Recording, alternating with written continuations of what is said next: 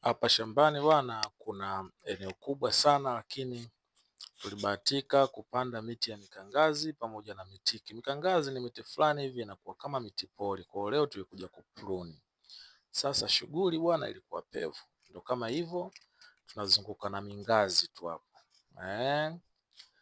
Mikangazi mirefu, mitiki mirefu, matawi yako juu. Hiyo miti tulichelewa kupruni, kwa hiyo ikawa inaharibika, yani matawi yale yananyonya ile afya ya miti, kwa hiyo ikabidi tufanye pruning ya kuweza kuiongezea nguvu, yani ipate kutanuka. Kwa muda mzuri wa kupruni miti ni miezi ya 6, wa 7, wa 8. Miezi ya baridi kidogo ambao vidonda vya mti vinawahi kupona. Kwa sisi tukafanya hivyo hivyo, tukapruni mwezi huu wa 7. Kwa ndo miezi mizuri sana ya kupruni.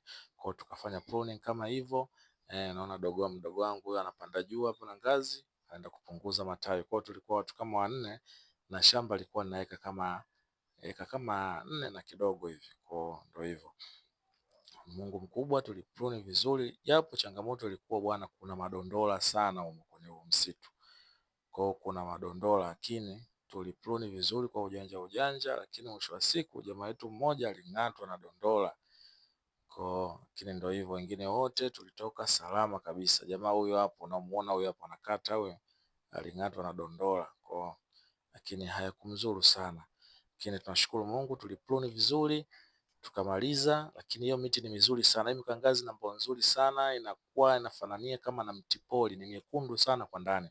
Na mitiki ipo kwa mbele pale, hatukupiga video, lakini ukiangalia hapo kwenye video utaiona hapo, kama nimezoom hivi utaiona mitiki kwa mbali kule. Hiyo mitiki hiyo hapo mitiki, si unaiona hiyo? Kwa mitiki